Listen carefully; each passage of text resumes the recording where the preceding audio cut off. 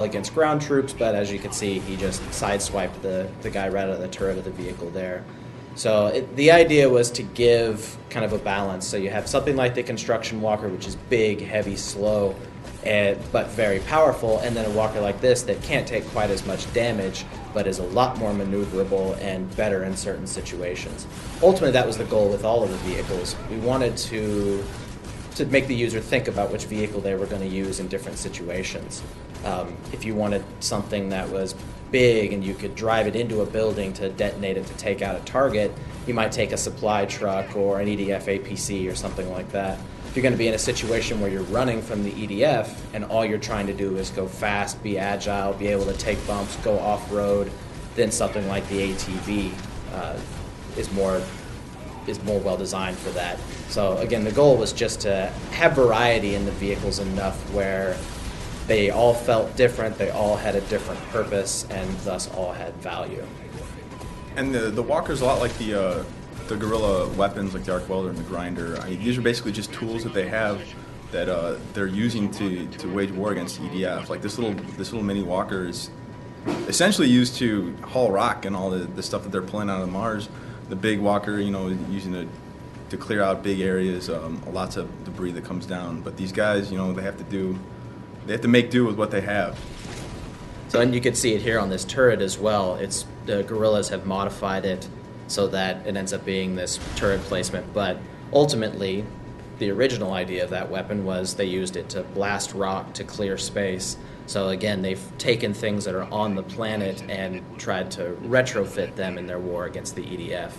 You can also see just up to the right there's a yellow rover, and it has 2 turrets on the front of it. So the miners took a regular civilian vehicle and outfitted it with small turrets, which the user can fire from inside the driver's seat. And now the EDF's final assault is starting to come through. Yep. They're going to throw everything they can to stop Kepler from getting these codes. So there's an APC with a Gauss turret. You'll see different varieties. Any EDF vehicle can have a couple of different turrets, or it can have no turret at all. They can carry different numbers of enemies. So they all have different purposes, and the EDF will use them based on what they need to accomplish. With the APCs here, they're probably trying to bring in additional troops. So the back of the vehicle actually opens up, and guys are allowed to pour out of it. And you can see these different explosive tanks over here on the left, which if you can get the vehicles to drive over there, you can destroy those. Creates these kind of cataclysmic explosions that can clear out large groups of enemies pretty quickly.